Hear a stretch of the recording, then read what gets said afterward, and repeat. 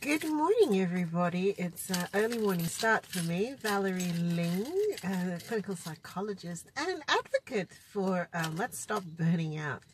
I've had a long drive this morning, and I was really reflecting on looking at my caseload for the week and thinking and planning.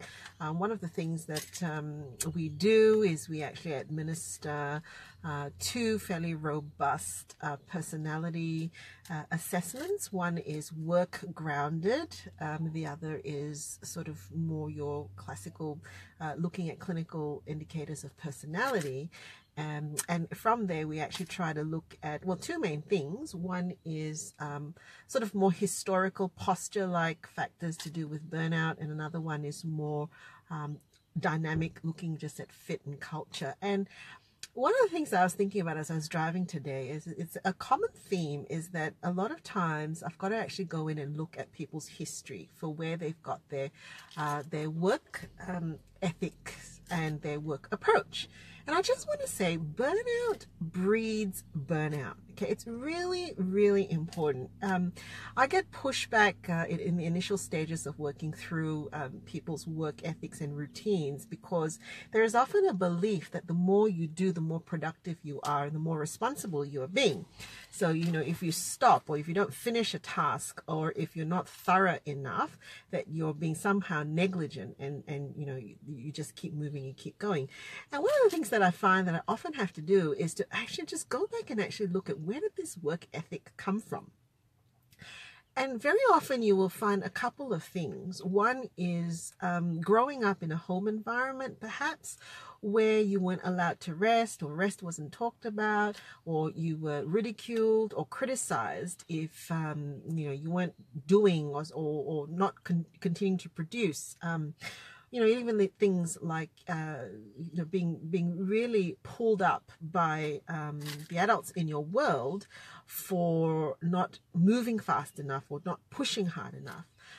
But it also comes from our experiences with school study, early work experiences, what was expected for us. So, you know, some of the classic things of, you know, when you're just starting out in your career and being sort of socialized into your work environment. And what I want to say is that eventually this sort of legacy that you come through is the legacy that you leave behind. Okay? It's really, really important to think about this.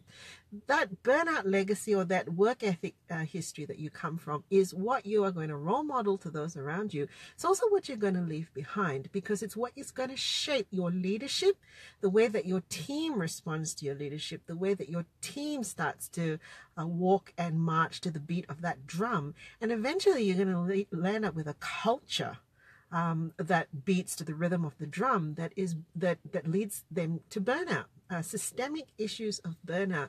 So if ever you're looking for a reason to really stop and say, maybe I'm working too much, or maybe productivity is really hampered, I'm not being creative, you know, the wheels are falling apart, and it's not enough for you to think that maybe I need to investigate my work ethic.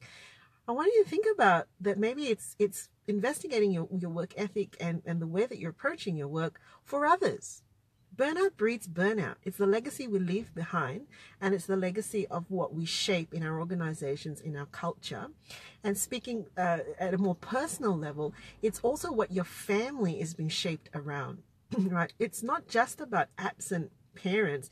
It's about busy, frantic, frayed, reactive home environments as well, that starts to spill into the way that our kids approach work, our kids approach their sense of productivity and efficiency.